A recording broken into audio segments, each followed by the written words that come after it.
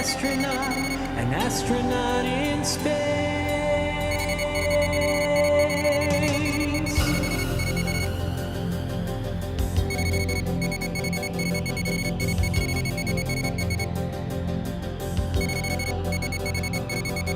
Let's take a trip to learn and to explore a different place.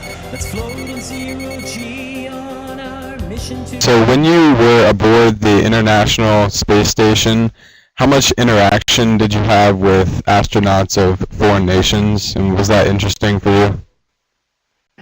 That's a good question, Justin. Yes, I had a fair amount of interaction with them. Of course, when I was there, they were Russians, and so I had to interact with the Russians a great deal. Sergei Krikalev, in particular, is a true international hero, in my opinion, and I got to work directly with him, and it was very enjoyable to work with the Russian crew members. They're very professional, excellent. They're smart, great spacemen and women, or spacemen. They don't have any women yet.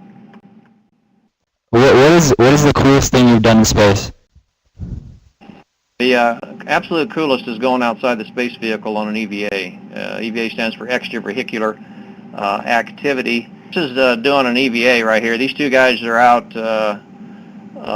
working on the end of one of the truss segments, and you get all dressed up in this suit, and the suit weighs about 300 pounds on Earth and probably costs $3 to $5 million. So you got to really respect it. And you go out for 6 to 7 to 8 hours working constantly, doing manual labor and building things on the station. And that is, without a doubt, the most fun thing that I've ever done in my whole entire life.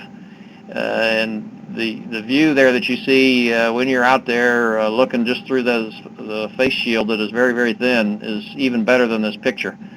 And it's a little bit spooky. You look at that person in on the lower part of the picture holding on with his left hand.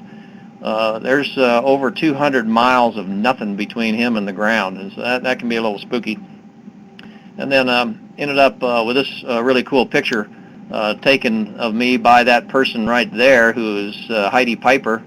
And it was one day we were just out there working. We took a short break, and I said, "Hey, Heidi, take my picture," and she took this one. But in this picture, you can see some of the tools that we use. This is a pistol grip tool. It's a real fancy cordless wrench, screwdriver wrench kind of thing.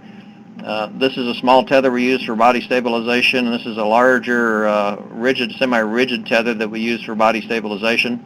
And these are small tethers that are used to secure tools so nothing floats away. How does the liftoff feel like all the G-force? Yeah, the liftoff is both physically exciting and emotionally exciting. The physical part of it is not as disturbing as some of the things I've done to my body in an airplane. I've caused myself to nearly pass out in an airplane by pulling G's, and it was fun. I mean, I was glad to do it.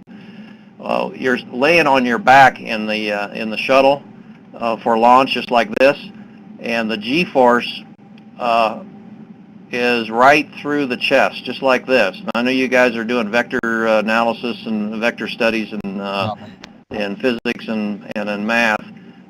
When you put the G-force through the chest like this, it is not very disturbing to the human.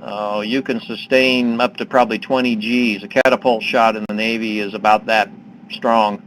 But when it's through the chest, the body, and here the heart, of course, is right here, is almost in the same plane with the brain right up here that needs the fuel, i.e. oxygen, carried by the blood. So the G-force is not that bad. Now you can see there's you're packing a lot of weight on this suit, and when you get that 3 times the force of gravity pushing down, some people have a tough time breathing, but it's generally not that disturbing.